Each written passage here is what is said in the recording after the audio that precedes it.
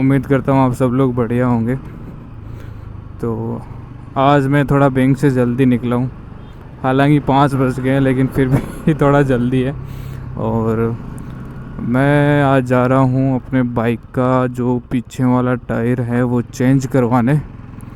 तो मेरा full mood बना हुआ है इस बार एमआरएफ से अपोलो पे स्विच होने का।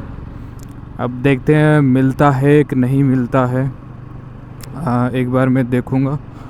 अपोलो की एक तो S1 सीरीज़ है, एक H1 है, एक ट्रेम्पलर सीरीज़ है। ट्रेम्पलर में भी दो है, एक तो XR और एक ST है ना। तो फ़िलहाल मेरा मूड है ट्रेम्पलर XR जो सीरीज़ है उसका, वो ऑफ रोडिंग जैसा वो है ना। और जो S1 और H1 है ना वो प्रॉपर सुपर स्पोर्ट्स बाइक के लिए जो होते हैं ना टायर, वैसे वाले हैं। एकदम हाई स्पीड स्टेबिलिटी उनकी काफ़ी शानदार है। लेकिन मेरे यार थोड़ा ऑफ रोडिंग का जो है काम है ना वो थोड़ा ज़्यादा रहता है, तो वो है। और ट्रैम्पलर सीरीज़ है ना ऑफ रोडिंग जैसी है, उसमें ग्रुप्स जो है काफ़ी बड़े बड़े हैं। XR और ST में बस फ़र्क इतना है कि XR जो है ना वो रेडियल टायर है और ST जो है वो क्रॉस सेक्शन वाले हैं, वो रेडियल टायर नहीं है। तो अब देखते हैं अपन किस पे स्विच होते हैं। मेरा फ़िलहाल मन जो है XR पे है, क्योंकि उसमें कंपनी क्लेम करती है कि 70% ऑन रोड और 30% ऑफ रोड कैपेबिलिटीज़ के लिए बनाए हुए हैं। तो फ़िलहाल तो मेरा मूड वही है।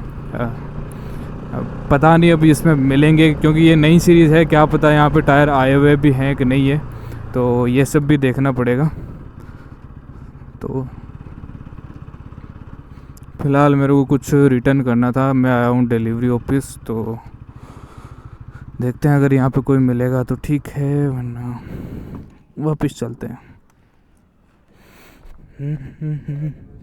और बढ़िया सब सुनाओ।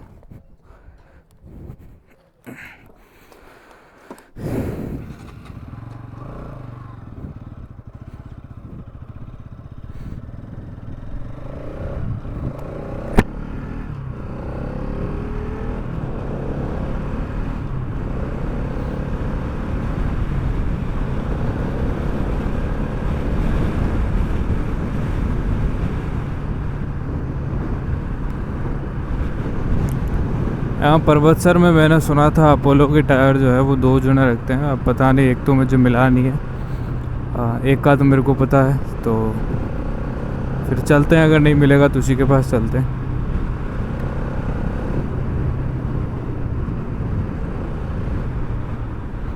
यहाँ पे लिखा हुआ है ऑटोमोबाइल्स अपोलो MRF एक्सक्लूसिव।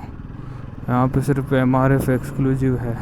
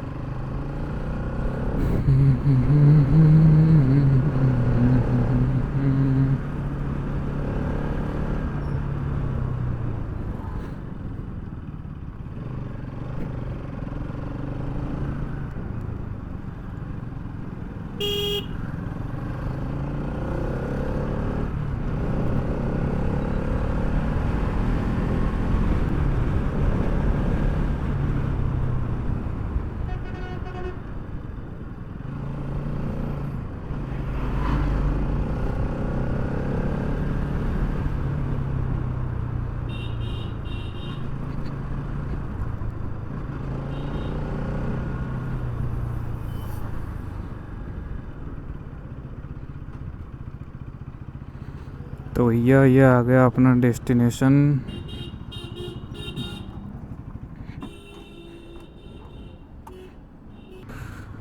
हाँ तो भैया मैंने बात करी थी टायर के बारे में, तो वो बोल रहे थे कि हमारे पास फ़िलहाल कोई सा भी टायर नहीं है। MRF का नॉन रेडियल इनके पास टायर था और बोल रहे थे आप ऑर्डर करोगे 1-2 दिन में मंगवा देंगे।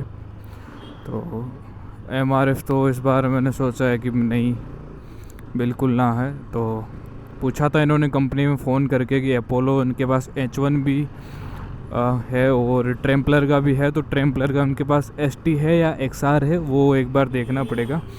अगर वो XR होता है तो मैं भी एक बार डिसीज़न ले लूँगा, वो मुझे फ़ोटो भेज देंगे तो हम उनको फ़ोन पे ऑर्डर कंफर्म कर देंगे। तो अपन मंडे को जो है इसमें टायर जो है वो चेंज करवाएंगे, क्योंकि अब ना यार ये रिस्की हो गया काफ़ी, क्योंकि मैंने जब इसमें सुबह देखा था ना तो इसमें वो धागे निकल गए थे टायर के। तो ये तो पीछे वाला टायर है तो चलो ठीक है, थोड़ा बहुत मान लो कुछ होता भी है तो कंट्रोल कर सकते हैं अपन। आगे वाला बहुत ज़्यादा रिस्की हो जाता है, क्योंकि फिर स्टेयरिंग क्या यार क्या बोलते हैं इसका, हैंडल तो इसका है ना, फिर हैंडल काबू नहीं आता है ना। तो ये चीज़ है। हालांकि इसमें 130 सेक्शन का टायर डलता है। मैंने पिछली बार इसको 1 साइज़ अपग्रेड करवाया था, 140/70 R17 है ना। तो इस बार भी 140 का ही डलवाने का विचार है, क्योंकि 130 बहुत ही जो साइज़ है ना वो बहुत पतली है, थोड़ा बहुत चौड़ा लुक भी अच्छा आता है बाइक का 140 सेक्शन से। इसमें जो है ना सीरीज़ 130 140 जो है ना, ये क्या चीज़ है, ये है ना मिलीमीटर है। मिलीमीटर जैसे आप उसको कह सकते हो 13 सेंटीमीटर या 14 सेंटीमीटर। ये जो ओवरऑल जो टायर की विड्थ होती है ना वो बताता है ना। जो 130 मतलब कितना चौड़ा टायर है, 140 150 सुपर बाइक में डलता है 180 सेक्शन 220 है ना। जो नॉर्मल कम्यूटर बाइक्स में 90 का ही डलता है। तो इसमें आगे वाला डलता है 100 सेक्शन का, और पीछे वाला जो आ रहा है बाय स्टॉक जो कंपनी के साथ आया था ना वो था 130 सेक्शन का। तो अपन ने डलवाया 140, और उसके आगे जो टायर पे ये सब चीज़ें ना टायर पे लिखी होती है ना। जैसे 140 70 R17, तो उसमें जो 70 है वो है टायर की जो हाइट है ना। एक तो विड्थ हो गई, एक हाइट हो गई। तो टायर की एक्चुअल में हाइट कितनी है, टायर आपने देखा होगा, एक तो उसका जो पेंदा होता है, और फिर जो है उसकी जो एंड्स किनारे होते हैं ना, उसके और पेंदे के बीच में ना जो गैप होता है ना, जो उसको बोलते हैं हाइट। तो वो हाइट कितनी है तो वो मेज़र करने के लिए होता है 50 60 70 है ना। और आगे जो आगे साइज़ आती है ना R17 या फिर जो भी है, इसमें R का मतलब होता है रेडियल, और 17 का मतलब होता है 17 इंच के जो एलॉय व्हील में जो है वो टायर जाएगा। ठीक है, तो ये उसका जो है मतलब होता है। तो देखते हैं कौन सा लेते हैं, आपको इन्फॉर्म ज़रूर करेंगे है ना।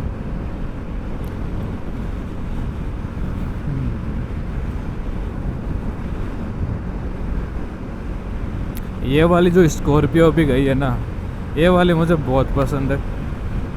हालांकि इनमें मॉडल के हिसाब से चेंजेस थोड़े बहुत हुए हैं, कोई फ़र्क नहीं पड़ता। लेकिन जो क्लासिक वाली जो है ना, चाहे कोई सा भी मॉडल उठा के आप देख लो, बहुत प्यारा लगता है। नई वाली स्कॉर्पियो हालांकि इससे काफ़ी बड़ी लगती है, चौड़ी भी वो काफ़ी है, मस्कुलर लगती है, एकदम भारी भरकम। लेकिन उसका ना पिछवाड़ा मुझे बिल्कुल पसंद नहीं है, ये बहुत प्यारी लगती है।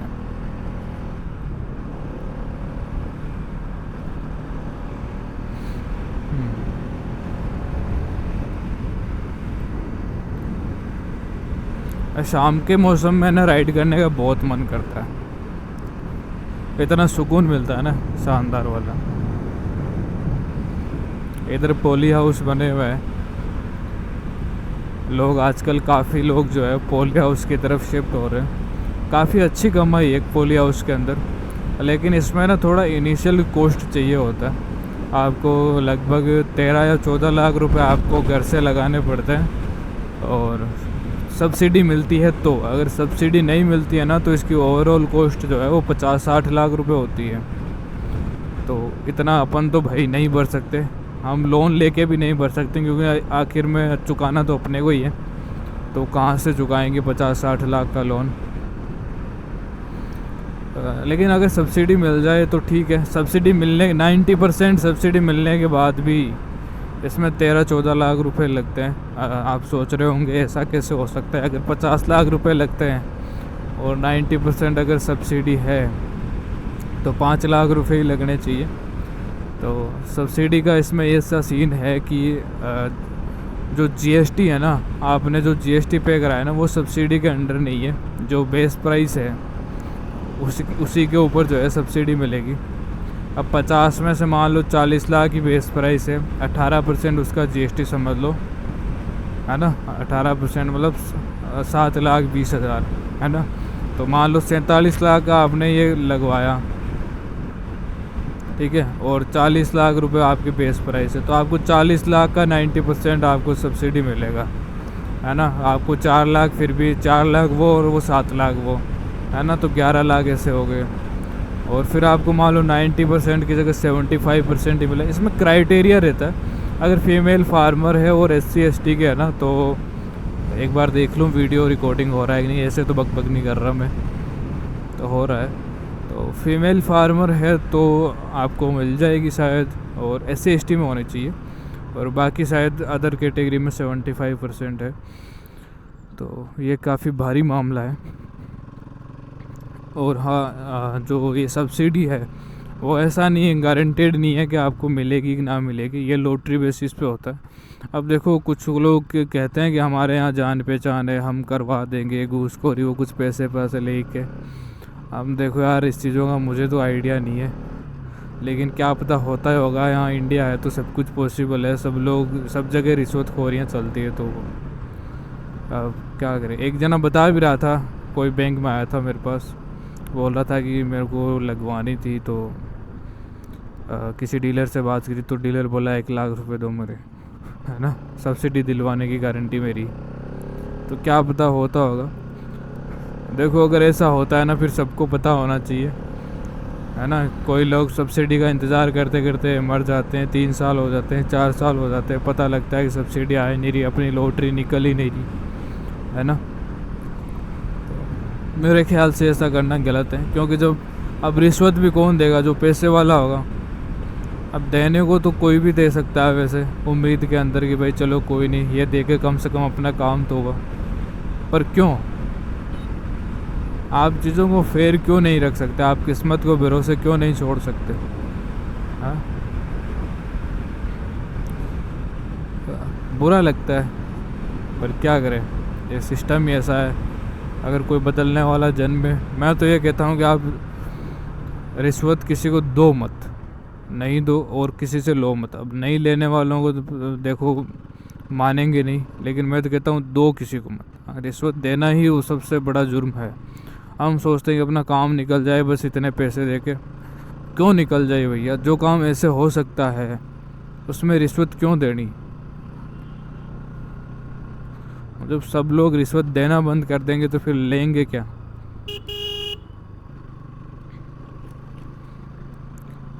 देखो, मैं नाम नहीं लेना चाहता, काफ़ी सारे डिपार्टमेंट है, मेरे भी काम पड़ते रहते हैं, है ना। एग्रीकल्चर रिलेटेड भी मान लो, कैसे भी मान लो, तो वो डिमांड करते हैं कि आप 100-500 रुपये, 1000 रुपये उनको दो। तो भाई क्यों दूँ? अगर ऐसा एक्चुअल में है कि भाई आपको इतने पैसे देने पड़ेंगे, तो फिर मेरे को कोई एतराज़ नहीं, आप लाख रुपए लो ना, कौन मना कर रहा है। लेकिन नाजायज़ जो रुपए लेते हैं ना, मुझे बिल्कुल पसंद नहीं है। अब ऐसे लेने लगे ना तो बैंक में कितने काम होते हैं। मतलब कुछ जैसे प्रोफेशन है, मैं हर एक इंसान को बुरा नहीं कहता, लेकिन कुछ इंसान ऐसे होते हैं जो पूरे डिपार्टमेंट को ना इतना बदनाम करके रखते हैं। मतलब कोई भी छोटा से छोटा काम कराने आया, सबको पैसे देने पड़ेंगे, मतलब सबको टोटली। ये तो मतलब हद ही हो जा रही है इतनी बड़ी। मतलब ऐसे अब बैंक वाले लेने लगे तो स्टेट बैंक ऑफ इंडिया में तो इतनी भीड़ रहती है भाई, सबसे 10-10 रुपये भी लेना तो आदमी अमीर हो जाए। पर क्यों लेनी, है ना। रिश्वतखोरी जो है वो, क्या बोलूँ इसके बारे में। अगर किसी देश का अगर किसी ने विनाश करा है ना, तो रिश्वतखोरी ने करा है। अब ये रोड भी देख लो, है ना, ये 3 साल नहीं हुए इसको बने हुए, और इसको 6 बार पता नहीं कितनी बार खोद चुके होंगे, वापस बना रहे होंगे, कहीं कहीं पे वो कारियाँ लगा रहे होंगे। बताओ, जो अब जिनकी रोड बनाई हुई रोड वो इतने साल नहीं टिक सकती है ना। मतलब ऐसा होता है, ऊपर से फंड आता है, पहले मंत्री सोचे मैं खाऊं है, फिर आगे डिस्ट्रीब्यूटर सोचे मैं खाऊं, तो ठेकेदार सोचे मैं भी खाऊं, है ना। ठेकेदार सोचेगा खाऊंगा कब, जब ठेका मिलेगा तो ही तो खाऊंगा। तो ठेका मिलेगा कब या कब नहीं मिलेगा, उसके लिए पहले रिश्वत दो मंत्री को, क्या है इतने पैसे आपके, तब जाके मेरे को ठेका दो। वे ठेके लेके फिर जो, अब इंटरनल प्रोसीजर पूरी अपन को पता नहीं है, लेकिन अपन लोग गेस तो कर ही सकते हैं, बेवकूफ़ तो है नहीं, है ना। सब लोग खाने की फिराक, कम से कम इतना भी सोच लेना कि यार जितना फंड आया उतने में से जितनी बन पा रही उतनी कर दो, आगे ही छोड़ दो, अपने आप ही देखेंगे। बोल देना इतने बजट के अंदर इतनी होगी, ईमानदारी से काम करो ना। जितने में से भाई वो कहते हैं ना कि साईं इतना दीजिए जामे कुटुम्ब समावे, है ना। हम भी भूखे ना रहें और अतिथि न भूखा जाए। जब हम भूखे ना रहें और आए आपने घर पे कोई आया हुआ मेहमान जो भूखा ना जाए, अगर इतना अपने पास है, इतना अपन ने कमा लिया, तो बाकी चीज़ें छोड़ो, बाकी सारी, है ना। पर अपना घर भरने में लगे हो, कहाँ लेके जाओगे? फाइनल डेस्टिनेशन तो वही है अपना, शमशान में ही जाना है सबको, कौन साथ लेके गया है। और अगली पीढ़ी के क्या जमा करके जाओगे? अगर ज़्यादा जमा कर दोगे तो वो निठल्ली वैसे हो जाएगी। बहुत एग्जाम्पल देखे हैं मैंने, जितने ज़्यादा पैसों वाले लोग हैं ना, उनके जो परिवार में जो पीछे से उनकी पीढ़ी आती है जो विनाश करके जाती है भाई साहब। बहुत एग्जाम्पल देख, सारों का नहीं कह रहा, देखो मैं चीज़ों को ना जनरलाइज करने में बिलीव नहीं रखता हूँ कि भाई सारे लोग ऐसे होते हैं, लेकिन मेजॉरिटी ऑफ मैंने ऐसे देखे हैं कि ऐसा हुआ है। तो भैया मैंने देखा है कईयों को 1-1 करोड़ रुपए सैलरी आ रही है, सॉरी 1-1 लाख रुपए महीना सैलरी आ रही है। बैंक में रहते हैं ना तो करोड़ों की आदत लग जाती है। तो 1 लाख रुपए महीने की सैलरी आ रही है ना। अब उनके बच्चे मतलब ऐसे, और कईयों का एक एक है ना, एक ही लड़का है और उसने पी के जो सारा विनाश कराया, सारे जो धन दौलत सारी ख़त्म करी है, क्या बताए। पीछे तो अपन बात कर रहे थे यही रिश्वतखोरों की, है ना। ये सड़क बता रहा हूँ 3 साल नहीं हुए उसको बने हुए, ये जब आगे से बन रही थी ना, जैसे जैसे ये अपने एंड पॉइंट तक पहुँची ना, पीछे से ये टूटना चालू हो गई थी। अब जब 2 चौमासे नहीं निकाल पा रही रोड, कितनी गालियाँ, मैं तो खुद गालियाँ देता हूँ, बताओ क्या करूँ, इतनी गालियाँ देनी पड़ती है, क्यों ना देनी पड़े बताओ। अब देखो अच्छी खासी रोड है यहाँ पे, देखो मतलब सामने मिल जाए ना एक बार, पता नहीं उसका क्या हाल करूँ मैं।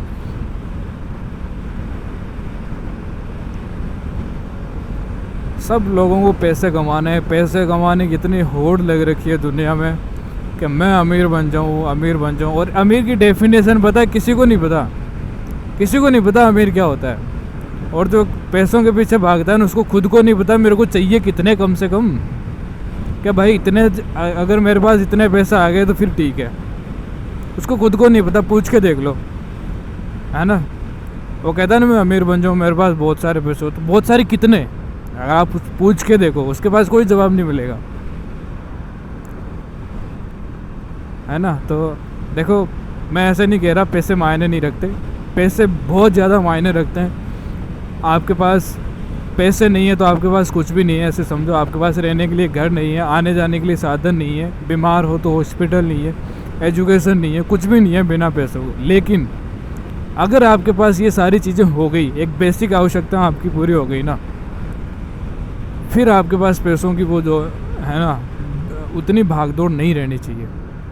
हाँ आप ग्रो करो, आप सब कुछ करो, लेकिन बाद में सब कुछ है ना एथिकली करो, है ना, है ना। अपनी मोरल वैल्यूज़ को ध्यान में रख के करो। आप खूब कमाओ, कोई दिक्कत नहीं है, आप डोनेट करो चीज़ें, है ना। सब कुछ सही होना चाहिए, वो नहीं है अपने, लेकिन बस ऐसे नहीं कि बस पैसे कमाने की होड़ में हम भूल जाएं कि भाई हम खुद क्या हैं, हम इंसान हैं, एक दूसरे की हेल्प करनी चाहिए। किसी का गला काट के अपने को इतना मतलब सुपीरियर अगर अपन बनना चाह रहे हैं, है ना, तो वैसी वाली अपनी सोच नहीं होनी चाहिए। पैसे कमाओ, आप खूब कमाओ, है ना। तो और ये इसका परफेक्ट एग्जांपल है लोग जो घूसखोरी करते हैं ना। घूसखोरी कौन करता है? जिनको एक्चुअली डिसेंट इनकम आ रही होती है। अगर आपको ऐसा लगता है कि आप काम ज़्यादा कर रहे हो, आपको इनकम कम आ रही है, तो आप जो है प्रोफेशन स्विच कर सकते हो। आपके पास आज़ादी है, आपके पास करोड़ों काम है इस दुनिया के अंदर करने को। आप कोई सा भी काम कर सकते हो, है ना, कोई मनाही नहीं है। जो मर्जी वो करो, आप छोड़ो उस काम को। अगर आपको अपने काम से प्रेम नहीं है ना, तो आपको पैसे बिल्कुल भी आपको जो है मदद नहीं करने वाले। पहले बात तो आपको अपने काम से प्रेम होना चाहिए, और फिर उसके बाद में इनकम देखी जाती है।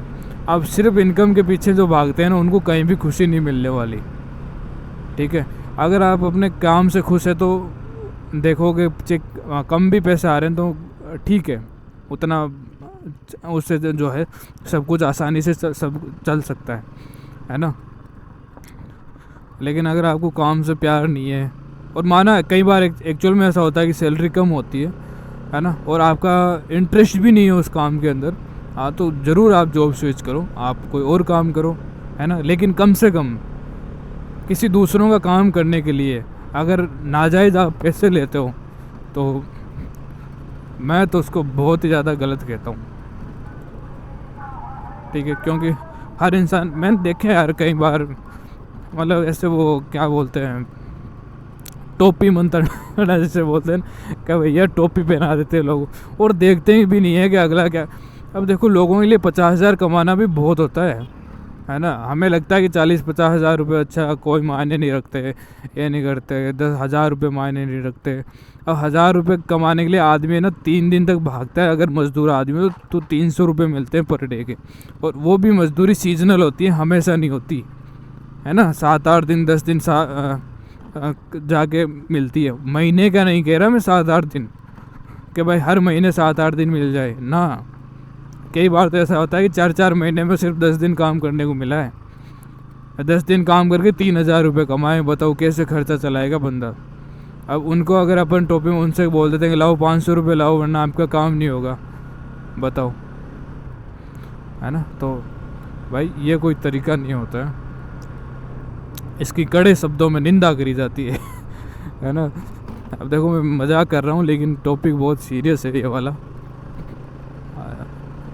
क्या, अरे कमाई करनी है तो वैल्यूज़ कमाओ ना, आप इज्जत कमाओ, है ना, आप शोहरत कमाओ, आप देश के लिए कुछ करके दिखाओ, वो करो। अरे कुछ भी नहीं होता तो कम से कम किसी और का खून तो ना चूसो, नॉर्मल ज़िंदगी जियो। लेकिन नहीं, हमें तो पैसे चाहिए भैया, घर भरना है। अब घर मैंने तो आज तक किसी के भरे हुए देखे नहीं, है ना। जिनके सोने की लंका थी ना, वो भी नहीं रहे इस दुनिया के अंदर, और आप सोच रहे हो कि मैं मतलब 1-2 करोड़ रुपए अगर हमारे पास हो जाए तो पता नहीं क्या कर लोगे। क्या कर लोगे? कुछ नहीं कर पाओगे, है ना। कुछ नहीं आता आजकल पैसों के अंदर, तो ये चीज़ है। तो फ़िलहाल के लिए इस वीडियो में बस इतना ही, मिलते हैं एक नेक्स्ट वीडियो में। तब तक के लिए बाय बाय, टाटा।